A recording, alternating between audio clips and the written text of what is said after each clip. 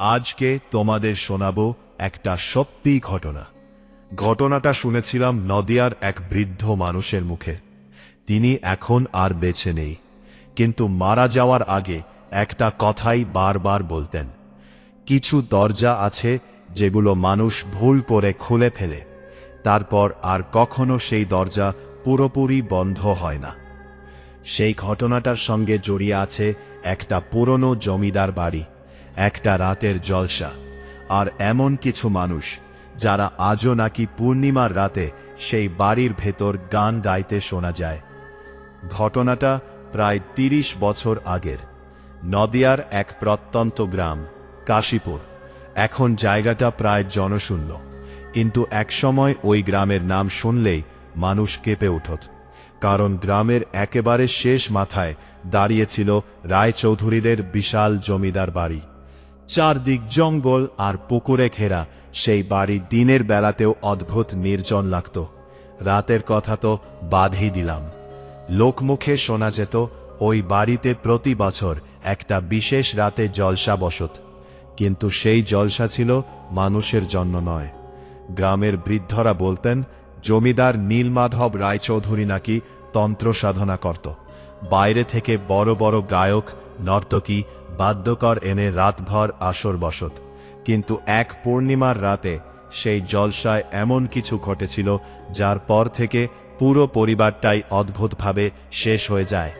কেউ বলতেন আত্মহত্যা, কেউ বলতেন অভিশাপ, আর কেউ কেউ ফিসফিস করে বলতেন ওই রাতে কেউ একজন ভুল করে মানুষ না অন্য কাউকে ডেকে ফেলেছিল। এই গল্পের আসল মানুষটা ছিল অর্ণব, কলকাতার ছেলে। তখন সদ্য কলেজ শেষ করেছে, ইতিহাস নিয়ে পড়াশোনা করত। পুরনো জমিদার বাড়ি, লোককথা, ভূতের গল্প, এসব নিয়ে তার অদ্ভুত কৌতূহল ছিল। বন্ধুবান্ধব সবাই যখন চাকরির প্রস্তুতি নিচ্ছে, তখন অর্ণব পুরনো জায়গায় ঘুরে ঘুরে তথ্য জোগাড় করত। একদিন কলেজ স্ট্রিটের এক পুরনো বইয়ের দোকানে সে একটা ডায়েরি খুঁজে পায়। ডায়েরিটা ছিল প্রায় ছিঁড়ে যাওয়া অবস্থায়। মলাটে শুধু একটা নাম লেখা ছিল, হরিনারায়ণ রায়চৌধুরী। অর্ণব প্রথমে বিশেষ গুরুত্ব দেয়নি, কিন্তু দোকানদার যখন শুনল সে ইতিহাস নিয়ে পড়ে, তখন অদ্ভুতভাবে তাকিয়ে বলেছিল, ওই ডায়েরি যদি নেন, একটা কথা মনে রাখবেন, শেষের পৃষ্ঠাগুলো রাত 12টার পর পড়বেন না। অর্ণব হেসে উড়িয়ে দিয়েছিল কথাটা। এসব কুসংস্কারে সে বিশ্বাস করত না। ডায়েরিটা কিনে সে বাড়ি ফিরে আসে। সেদিন রাতেই পড়া শুরু করে। প্রথম কয়েকটা পৃষ্ঠা ছিল জমিদারির হিসেবপত্র, কিছু ব্যক্তিগত কথা আর বিভিন্ন উৎসবের বর্ণনা। কিন্তু যত শেষের দিকে যেতে থাকে, লেখাগুলো তত অদ্ভুত হতে থাকে। এক জায়গায় লেখা ছিল, আজও ওরা গান গায়, রাত নামলেই উঠোনে আলো জ্বলে ওঠে, অথচ বাড়িতে এখন কেউ নেই। আরেক জায়গায়, যেদিন শেষ জলসা বসেছিল, সেদিন আমরা ভুল সুর তুলেছিলাম। অর্ণবের কৌতূহল আরও বাড়তে থাকে। শেষের পাতাগুলোতে কাপা হাতে লেখা কিছু কথা ছিল, যদি কেউ এই ডক্টর জলপণ্ডিতিয়ার নাম বলে না এরই পরে, তাহলে কাশীপুরে যেও না, বিশেষ করে পূর্ণিমার রাতে নয়, কারণ জলসা এখনো থামেনি। ঠিক তখনই বাইরে হঠাৎ বিদ্যুৎ চমকালো। এক মুহূর্তের জন্য ঘরের আলো নিভে গেল। অর্ণব থমকে দাঁড়াল, কারণ আলো নিভে যাওয়ার আগের সেই এক সেকেন্ডে সে স্পষ্ট দেখেছিল তার ঘরের জানলার বাইরে কেউ দাঁড়িয়েছিল। একটা মেয়ের ছায়া, লম্বা চুল, সাদা শাড়ি, মুখ দেখা যাচ্ছিল না। আলো ফিরে আসতেই বাইরে আর কাউকে দেখা গেল না। অর্ণব নিজেকে বোঝাল এটা চোখের ভুল, হয়তো পাশের বাড়ির কারো ছায়া। কিন্তু তার পরের ঘটনাটা তাকে অস্বস্তিতে ফেলে দেয়। ডায়েরির একেবারে শেষ পাতায় হঠাৎ যেন নতুন কিছু লেখা ফুটে উঠেছে। আগে ছিল না, কালি একদম তাজা। সেখানে শুধু একটা লাইন লেখা, তুমি কি আসবে? অর্ণবের বুকের ভেতর হালকা ঠান্ডা অনুভূতি হল। সে দ্রুত ডায়েরিটা বন্ধ করে দেয়। সেই রাতে ঘুম এল না। কারণ রাত বাড়ার সঙ্গে সঙ্গে সে বারবার একটা স্বপ্ন শুনতে পাচ্ছিল। দূরে কোথাও যেন তবলার আওয়াজ, খুব আস্তে, ধীরে ধীরে কাছে আসছে। ধূপ ধূপ, টানানা ধূপ। ভোরের দিকে শব্দটা থামে। পরদিন সকালে অর্ণব ঠিক করে কাশীপুরে যাবে। ডায়েরির সত্যিটা জানতে হবে। দুদিন পর সে ট্রেনে নদিয়ার দিকে রওনা দেয়। তারপর বাস, তারপর ভ্যানে রিক্সা। গ্রামারের দিকে যেতে যেতে সে খেয়াল করল আশপাশের মানুষজন রায় চৌধুরীদের বাড়ি নামটা শুনলেই কেমন চুপ হয়ে যাচ্ছে। এক চায়ের দোকানে অর্ণব পথ জিজ্ঞেস করতেই বৃদ্ধ দোকানদার বলল, ওই বাড়িতে যাচ্ছেন? হ্যাঁ। লোকটা কিছুক্ষণ চুপ করে থেকে বলল, আজই ফিরে আসবেন। কেন? বৃদ্ধ লোকটা সরাসরি উত্তর দিল না, শুধু বলল, পূর্ণিমা আসছে। অর্ণব হাসল। আমি ভূতে বিশ্বাস করি না কাকু। বৃদ্ধ লোকটার চোখের দৃষ্টি বদলে গেল। আমরাও করতাম না। এই কথাটা বলার সময় তার গলায় এমন একটা কাঁপুনি ছিল যেটা অভিনয় মনে হয়নি। বিকেলের দিকে অর্ণব পৌঁছাল কাশীপুরে। গ্রামটা অদ্ভুত নির্জন। রাস্তার দুপাশে পুরনো কাঁচা বাড়ি, বেশিরভাগই ফাঁকা, লোকজন খুব কম। আর গ্রামারে একেবারে সর্বশেষ প্রান্তে দাঁড়িয়েছিল সেই জমিদার বাড়ি। বাড়িটা দেখে অর্ণব কয়েক মুহূর্ত চুপ হয়ে যায়। বিশাল লোহার গেট মরচে পড়ে ঝুলছে। দেওয়ালে গাছের শিকড় ঢুকে গেছে। বারান্দার থামগুলো ফেটে গেছে। তবু বাড়িটার মধ্যে অদ্ভুত একটা রাজকীয় ভাব রয়ে গেছে। মনে হচ্ছিল যেন কেউ এখনো ওটার যত্ন নেয়। অর্ণব ক্যামেরা বের করে ছবি তুলতে শুরু করল। ঠিক তখনই সে খেয়াল করল বাড়ির দ্বিতীয় তলার একটা জানলায় কেউ দাঁড়িয়ে আছে। একজন মহিলা, লাল শাড়ি, মাথা একটু কাত করা। অর্ণব অবাক হয়ে তাকিয়ে রইল। এই বাড়িতে কেউ থাকে? সে ক্যামেরা জুম করতেই হঠাৎ জানলাটা জোরে বন্ধ হয়ে গেল। ধরাম। চারপাশ আবার নিস্তব্ধ। অর্ণবের গায়ে টাটা দিলেও কৌতূহল আরও বেড়ে গেল। গেট ঠেলে সে ভেতরে ঢুকে পড়ল। উঠোনে পা রাখতেই একটা পচা গন্ধ নাকে এলো। মনে হচ্ছিল বহুদিন ধরে ভেজা কিছু পড়ে আছে। চারপাশে ভাঙা মূর্তি, শুকিয়ে যাওয়া ফোয়ারা, আর মাঝখানে বিশাল আসর বসানোর মতো জায়গা। অর্ণব ডায়েরির কথাগুলো মনে করল। এখানেই জলসা বসত। সে ধীরে ধীরে ভেতরের দিকে এগোতে লাগল। বাড়ির দরজা আধ খোলা ছিল। ভেতরে ঢুকতেই ঠান্ডা হাওয়া যেন শরীরের ভেতর ঢুকে গেল। অদ্ভুত ব্যাপার হলো, বাইরে প্রচণ্ড গরম থাকলেও বাড়ির ভেতরটা বরফের মতো ঠান্ডা। দেয়ালে পুরনো ছবি ঝুলছে। একটা ছবিতে জমিদার পরিবার, মাঝখানে দাঁড়িয়ে এক মহিলা। তার চোখের দিকে তাকাতেই অর্ণব থমকে গেল।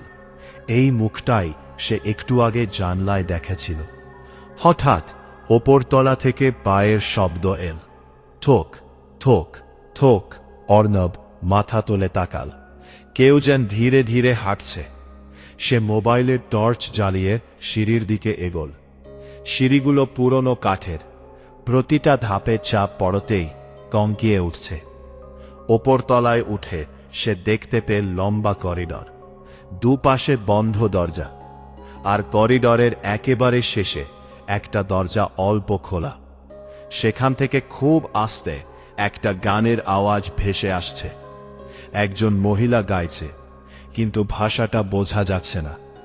অর্ণব ধীরে ধীরে দরজার সামনে গিয়ে দাঁড়াল। তার বুকের ভেতর কেমন অদ্ভুত চাপ অনুভব হচ্ছিল। সে আস্তে করে দরজাটা ঠেলে খুলল।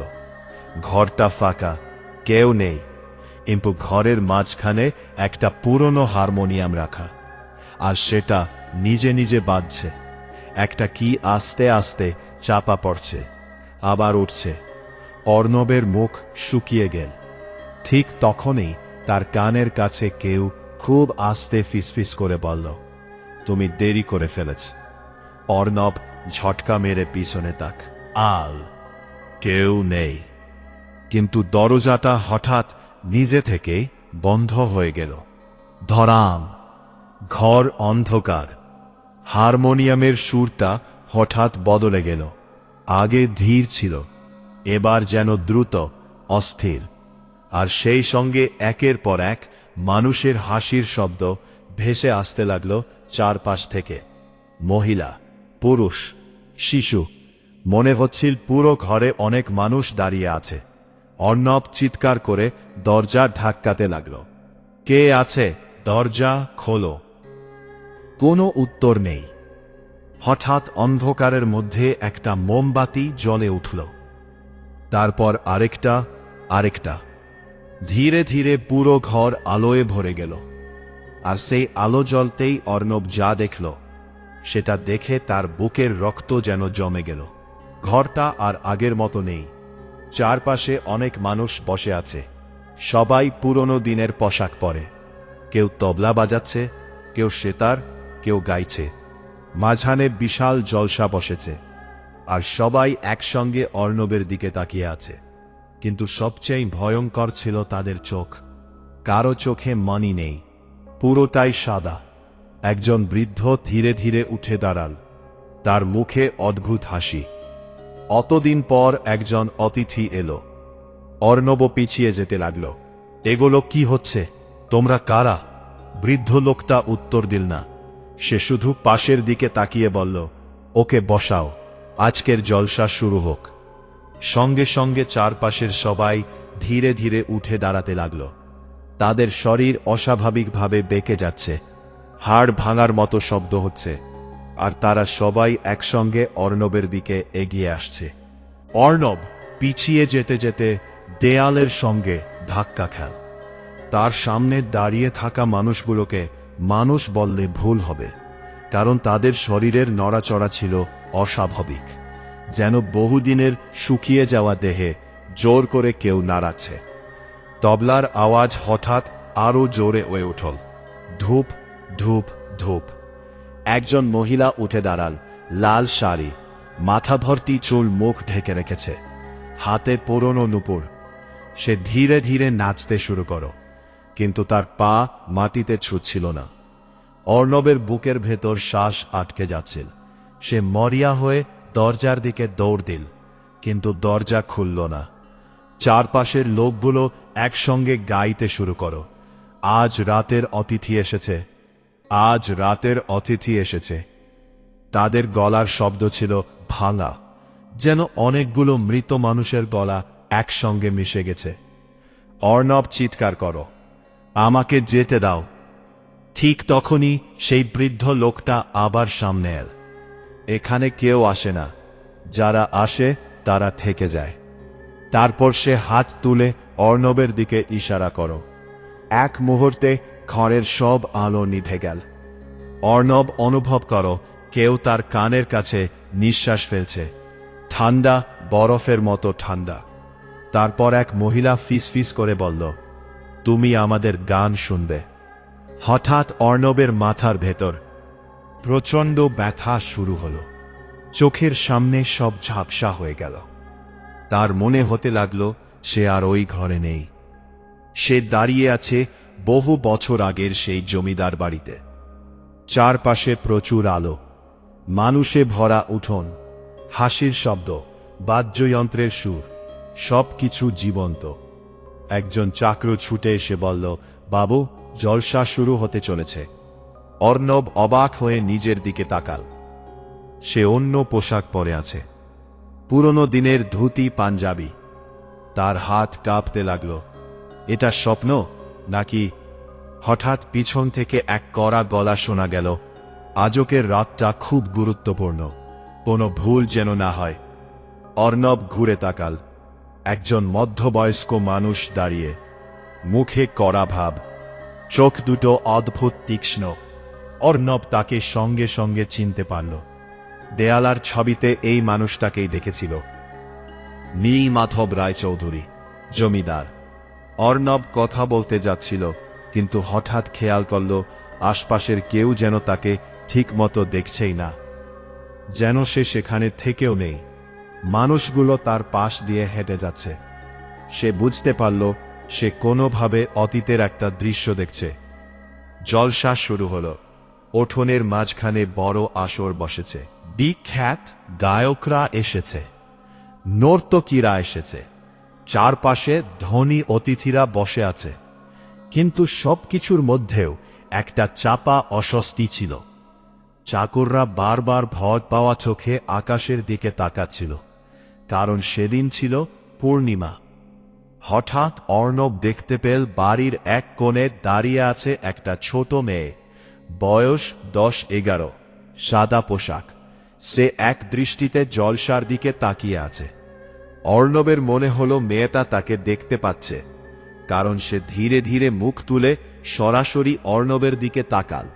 তার ঠোঁট নরল, পালাও। অর্ণবের বুকের ভেতর ধাক্কা লাগল। ঠিক তখনই উঠোনের মাঝখানে বসা গায়ক গাইতে শুরু করল। প্রথমে সব স্বাভাবিকই ছিল, কিন্তু কিছুক্ষণ পর সুর বদলে গেল। একটা অদ্ভুত মন্ত্রের মতো আওয়াজ উঠতে লাগল। সঙ্গে সঙ্গে চারপাশের বাতাস ঠান্ডা হয়ে গেল। মোমবাতির আলো একসঙ্গে কাঁপতে শুরু করল। মানুষজন অস্বস্তিতে একে অপরের দিকে তাকাচ্ছে। নীলমাধব উঠে দাঁড়াল। তার চোখে তখন পাগলামির ছাপ। সে চিৎকার করে বলল, দরজা খুলছে। তারপর উঠোনের মাঝখানে হঠাৎ কালো ধোঁয়ার মতো কিছু তৈরি হতে লাগল। মাটির নিচ থেকে যেন অন্ধকার বেরিয়ে আসছে। গানের সুর আরো জোরে উঠল। একজন নর্তকী হঠাৎ চিৎকার করে উঠল। তার শরীর অস্বাভাবিকভাবে বেঁকে গেল। হাড় ভাঙার শব্দ, চোখ দুটো পুরো সাদা। এক মুহূর্তের মধ্যে চারপাশে আতঙ্ক ছড়িয়ে পড়ল। মানুষ দৌড়াতে শুরু করল। কেউ চিৎকার করেছে, কেউ পড়ে যাচ্ছে। আর সেই কালো ধোঁয়ার ভেতর থেকে একের পর এক ছায়ামূর্তি বেরিয়ে আসছে। মানুষের মতো, আবার মানুষের মতো নয়। তাদের মুখে চোখ নেই, শুধু অন্ধকার। অর্ণব জমে গিয়েছিল। নীলমাধব হাঁটু গেড়ে বসে পড়েছে। আমি তোদের ডেকেছি, আমি তোদের শক্তি চাই। কিন্তু সেই মুহূর্তেই একটা ছায়া তার শরীরের ভেতর ঢুকে গেল। নীলমাধবের মুখ বিকৃত হয়ে গেল। তারপর সে নিজের গলাতেই নখ বসিয়ে দিল। চারপাশ রক্তে ভরে গেল। অর্ণব চিৎকার করে উঠল। আর ঠিক তখনই সব অন্ধকার হয়ে গেল। হঠাৎ সে আবার সেই ঘরে ফিরে এলো। হারমোনিয়াম এখনো বাজছে। চারপাশের মৃত মানুষগুলো স্থির হয়ে দাঁড়িয়ে। অর্ণব হাঁপাচ্ছিল। বৃদ্ধ লোকটা এবার খুব কাছে এসে দাঁড়াল। দেখলে তো? অর্ণব কাঁপা গলা আয় বলল, ওগুলো কি ছিল? বৃদ্ধ লোকটার ঠোঁট ধীরে ধীরে হাসল। ওরা গান শুনতে আসে। বহু বছর আগে এই বাড়ির দরজা খুলে দেওয়া হয়েছিল। তোমরা কারা? আমরা যারা সেদিন এখানে ছিলাম। অর্ণব বুঝতে পারল তার সামনে দাঁড়িয়ে থাকা সবাই মৃত। তারা সবাই সেই রাতের মানুষ। আমাকে কেন এনেছে? বৃদ্ধ লোকটা এবার চুপ করে রইল। তারপর ধীরে ধীরে বলল, কারণ জলাশা অসম্পূর্ণ। অর্ণবের বুক ধড়ফড় করতে লাগল। মানে, প্রতি পূর্ণিমায় আমরা অপেক্ষা করি একজন নতুন অতিথির জন্য। যেদিন শেষ সুরটা সম্পূর্ণ হবে, সেদিন দরজা পুরো খুলে যাবে। অর্ণব অনুভব করল ঘরের তাপমাত্রা আরও কমে গেছে। তার নিঃশ্বাস থেকে ধোঁয়া বেরোচ্ছে। হঠাৎ সেই লাল শাড়ি পরা মহিলা ধীরে ধীরে তার সামনে এসে দাঁড়াল।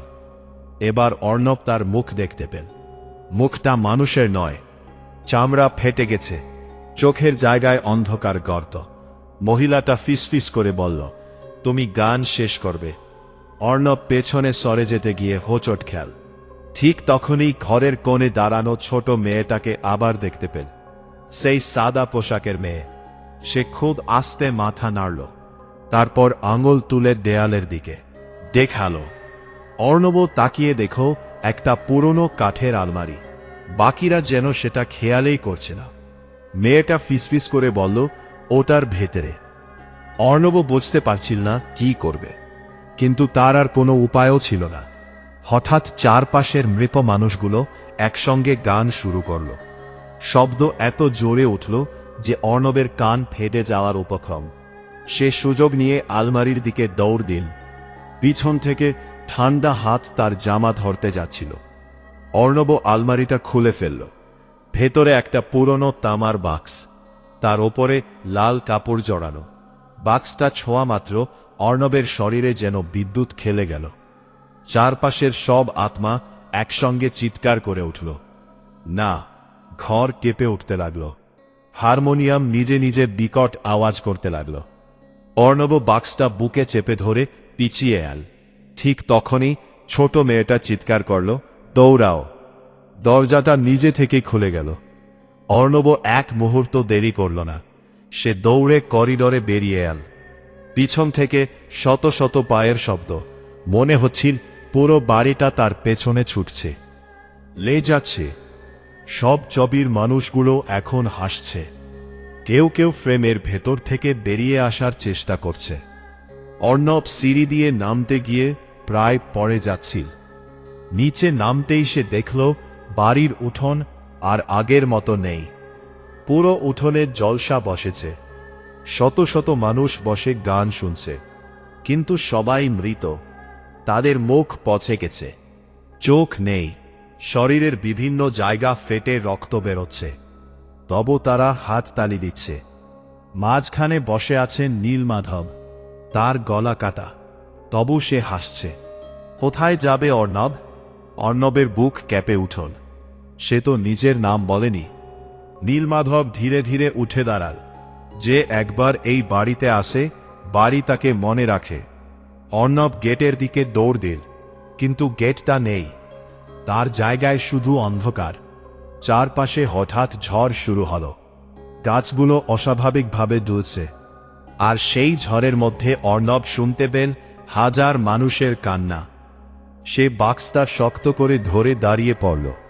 ঠিক তখনই বাক্সটার ভেতর থেকে খুব আস্তে একটা শব্দ এলো, টক টক।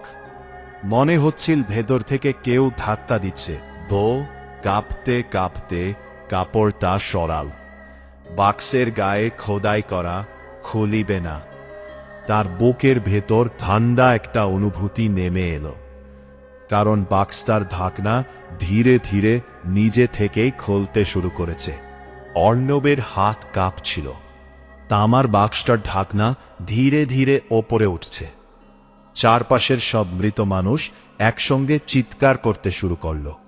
সেই চিৎকার মানুষের মতো ছিল না। মনে হচ্ছিল শত শত পশু একসঙ্গে আর্তনাদ করেছে।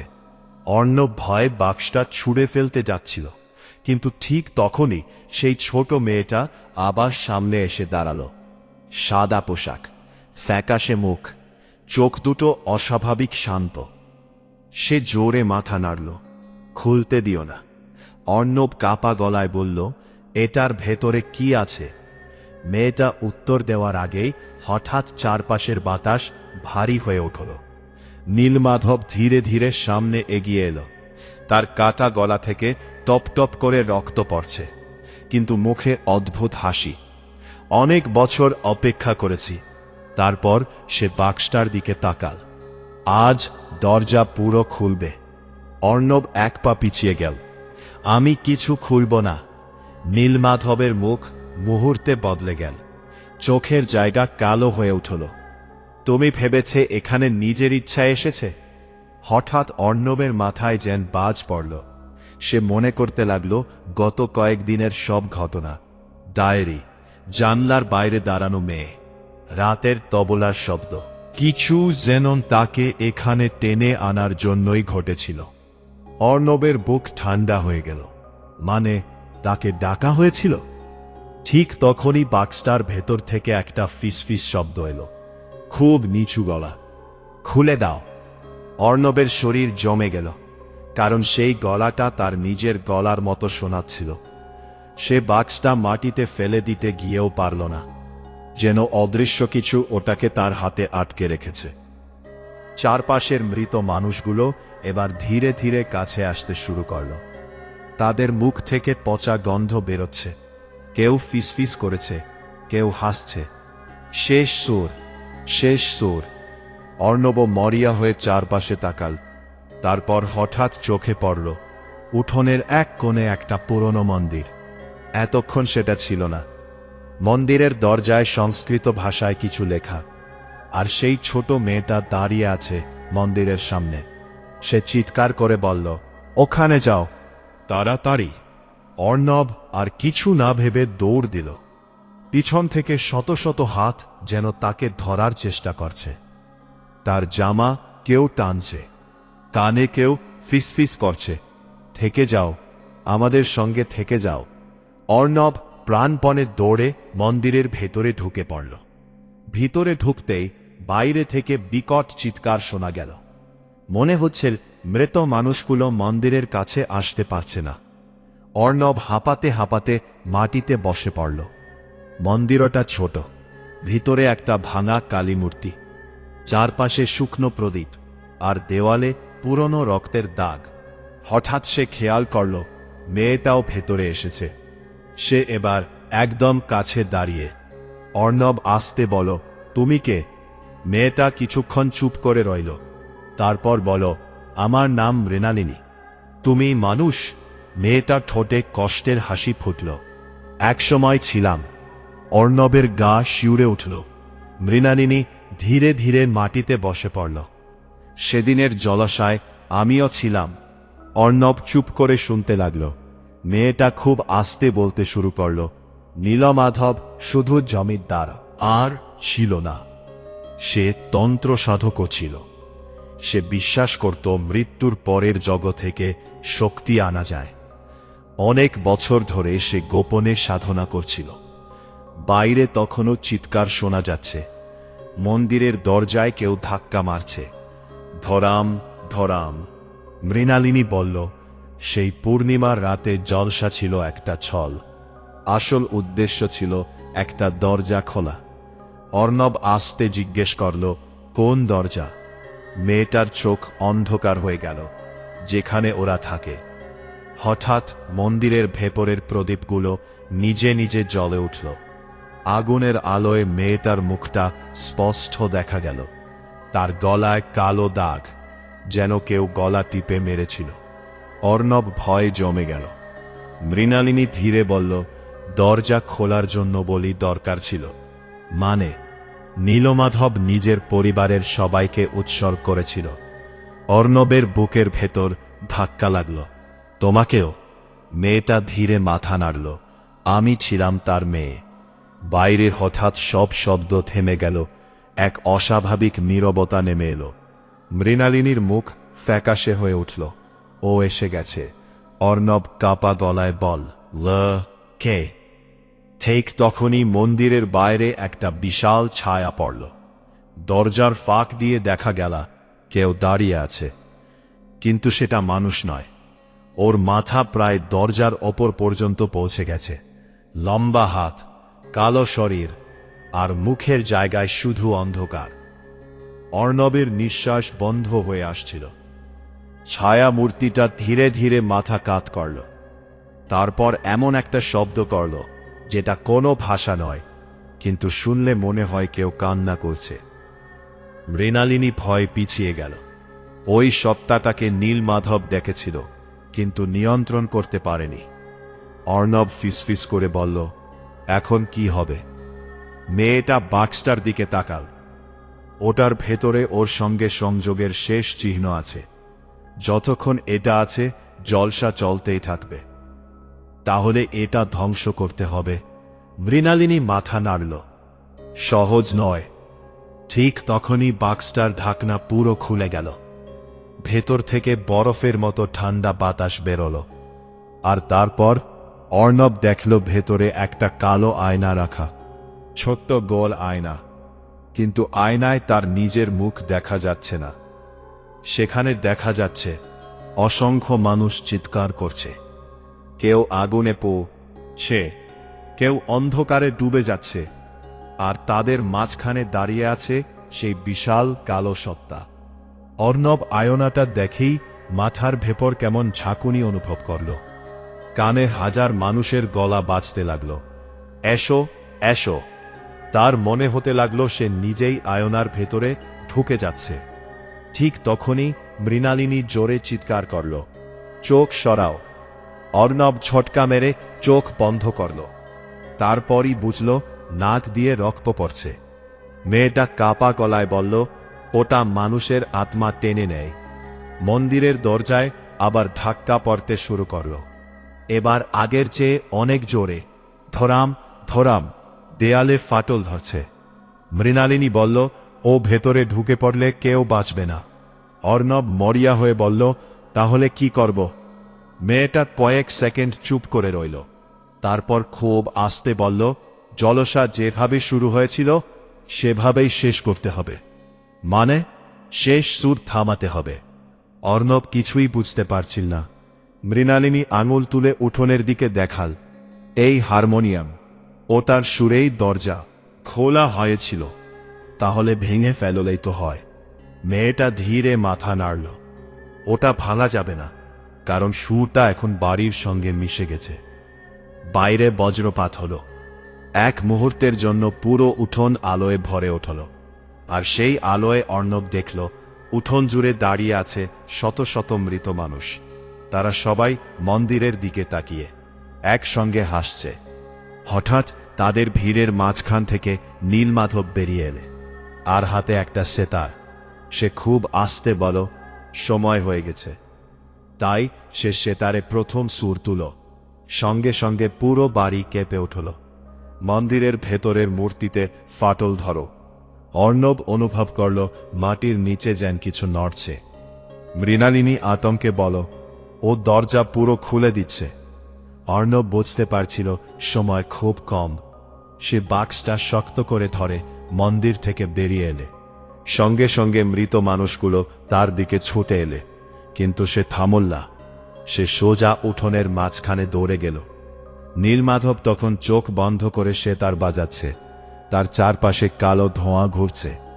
অর্ণব চিৎকার করে বল, থামো। মাধব চোখ খুলল। তার চোখে তখন শুধু অন্ধকার। এখন আর কিছু থামবে না। হঠাৎ চারপাশের মৃত মানুষগুলো গান শুরু করল, এত জোরে যে মাটি কাঁপতে লাগল। আকাশ কালো হয়ে গেল। অর্ণব দেখল উঠোনের মাঝখানে মাটি ফেটে যাচ্ছে। সেই ফাটলের ভেতর শুধু অন্ধকার, আর সেই অন্ধকার থেকে ধীরে ধীরে বিশাল হাত বেরোচ্ছে। অর্ণব ভয়ে প্রায় পাগল হয়ে যাচ্ছিল। ঠিক তখনই মৃণালিনী দৌড়ে এসে তার হাত ধরল। আয়নাটা ভেঙে ফেল। কিভাবে? নিজের রক্ত দিয়ে। অর্ণব এক মুহূর্ত দেরি করল না। সে মাটিতে পড়ে থাকা ভাঙা কাঁচ তুলে নিজের হাত কেটে দিল। রক্ত ঝরতে শুরু করল। তারপর সেই রক্ত সে আয়নার ওপর ছুঁড়ে মারল। এক মুহূর্তে সব থেমে গেল। তারপর আয়নাটা ভেতর থেকে চিৎকার করতে শুরু করল। হাজার মানের আর্তনাদ। আয়নার গায়ে ফাটল ধরল। নীলমাধব হঠাৎ বিকট চিৎকার করে উঠল, না! চারপাশের মৃত মানুষগুলো একসঙ্গে কাঁপতে শুরু করল। তাদের শরীর ধোঁয়ার মতে মিলিয়ে যাচ্ছে। অর্ণব আবার আয়নাটাকে মাটিতে আছাড় মারল, চুরমার। সঙ্গে পুরো বাড়ি যেন বিস্ফোরিত হল। ঝড়, চিৎকার, আগুন। উঠোনের ফাটল থেকে বেরিয়ে আসা কালো হাতগুলো একে একে অদৃশ্য হয়ে গেল। নীলমাধব মাটিতে পড়ে ছটফট করতে লাগল। তার শরীর পুড়ে কালো হয়ে যাচ্ছে। সে শেষবার অর্ণবের দিকে তাকাল। তার চোখে তখন ভয়, ওরা আবার আসবে। তারপর সে ধুলো হয়ে ভেঙে পড়ল। চারপাশের সব আত্মা ধীরে ধীরে মিলিয়ে যেতে লাগল। কারো মুখে শান্তি, কারো চোখে কান্না। সব শেষে মৃণালিনী দাঁড়িয়ে রইল। সে হালকা হাসল, ধন্যবাদ। অর্ণব কিছু বলতে যাচ্ছিল, কিন্তু তার আগেই মেয়েটার শরীর ধীরে ধীরে আলো হয়ে মিলিয়ে গেল। তারপর সব অন্ধকার। যখন অর্ণবের জ্ঞান ফিরল, তখন সকাল হয়ে গেছে। সে জমিদার বাড়ির বাইরে পড়েছিল। চারপাশে গ্রামের লোকজন দাঁড়িয়ে। একজন বৃদ্ধ কাপা গলায় বলল, তুমি বেঁচে ফিরেছ। অর্ণব ধীরে ধীরে উঠে বসল। সে পিছনে তাকাল। জমিদার বাড়িটা এখনো দাঁড়িয়ে আছে, কিন্তু অদ্ভুতভাবে বাড়িটা এখন একেবারে ফাঁকা লাগছে, যেন বহু বছরের ভার হঠাৎ সরে গেছে। অর্ণব আর এক মুহূর্ত সেখানে থাকেনি। সেদিনেই কলকাতায় ফিরে আসে। কিন্তু গল্প এখানেই শেষ নয়, কারণ কয়েক মাস পর একদিন গভীর রাতে অর্ণব হঠাৎ ঘুম ভেঙে শুনতে পেল খুব আস্তে তবলার আওয়াজ, ধূপ ধূপ ধূপ। সে আতঙ্কে উঠে বসল। তারপর দেখল তার টেবিলের ওপর একটা পুরনো ডায়েরি রাখা, যেটা সে কাশীপুরেই ফেলে এসেছিল। ডায়েরির শেষ পাতাটা নিজে নিজে খুলে গেল। সেখানে নতুন করে লেখা, জলসা কখনো পুরো শেষ হয় না। তারপর ঘরের কোণে দাঁড়ানো একটা ছায়া ধীরে ধীরে হাসল। সমাপ্ত। গল্পটা যদি ভালো লেগে থাকে তাহলে অবশ্যই চ্যানেলটা সাবস্ক্রাইব করে রেখো, কারণ এরকম আরও সত্যি ঘটনা নিয়ে আবার ফিরে আসব।